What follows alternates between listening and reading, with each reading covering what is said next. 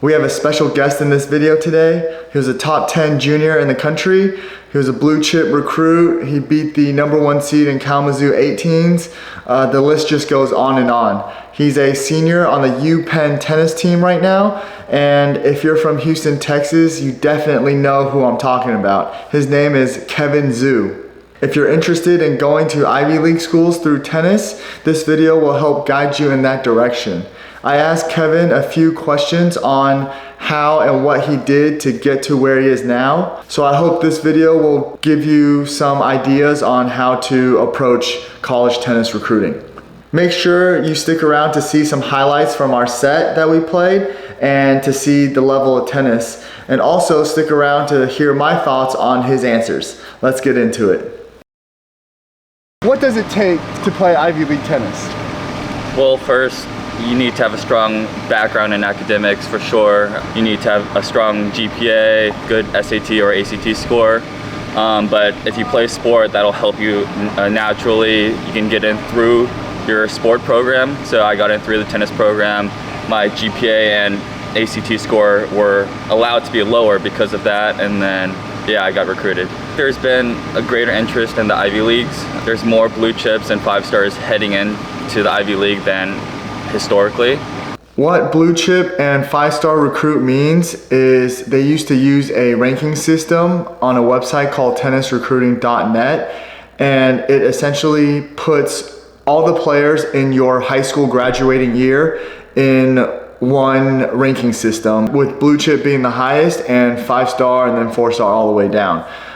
This was before UTR, so once UTR got implemented, then I feel like college coaches started using more UTR, but they also use this tennisrecruiting.net, so you can check out both websites and find out some more information on that. Normally, top 25 in your graduating class would be blue chip recruits, and then followed by 5-star, which is up until maybe top 75. And then after top 75, it would be 4-star, 3-star, 2-star, 1-star being the lowest. In my experience, the D1 colleges, they look at mostly 4 stars and up. Obviously, if you're blue chip or 5-star, you're gonna get more options. And then for UTR, I would say for D1 schools, maybe 10, 11 UTR and up would be a good number. But I just think you have to get to know the coach really well. You have to show them that you're interested. You need to obviously have results, but showing that interest early on will be a big factor, as there's a big separation between people who want to focus on tennis and go to the top tennis schools, and then people who want to pursue academics as well and go to the Ivy League. Okay. What is the one tip you would give to a junior wanting to play Ivy League school in terms of their tennis game?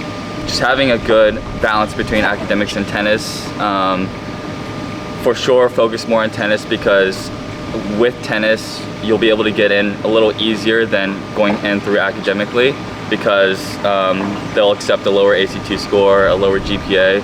So I would recommend focusing more on tennis, but still having that good academic tennis balance. What do you think is a good path to go through? Whether more tournaments, more private lessons, academy, what do you think is better? Regarding the path, for me, I would recommend more privates, just so you have a structured path moving forward compared to going to an academy. I mean, if the academy is structured where you have coach's attention throughout the practice, then I would recommend that as well. But regarding the path, it's pretty similar to any player going into a D1 college, practicing every day, spending a lot of time on the court, playing a lot of tournaments, things like that. Okay. So what was your practice like growing up?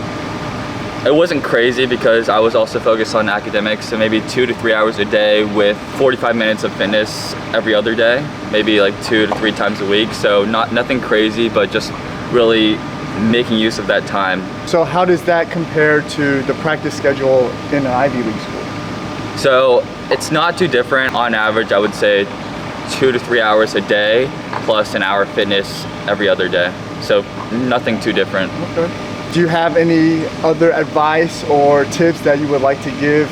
Continue playing, continue working hard, and really showing your coaches that you want to keep playing moving forward, because I think that's the big difference, because some college players, once they get into the college, they kind of slow down, they relax a bit and don't care as much. So if you continue to show that passion, then coaches can definitely see that and will want you more than other players. Okay. Our last question.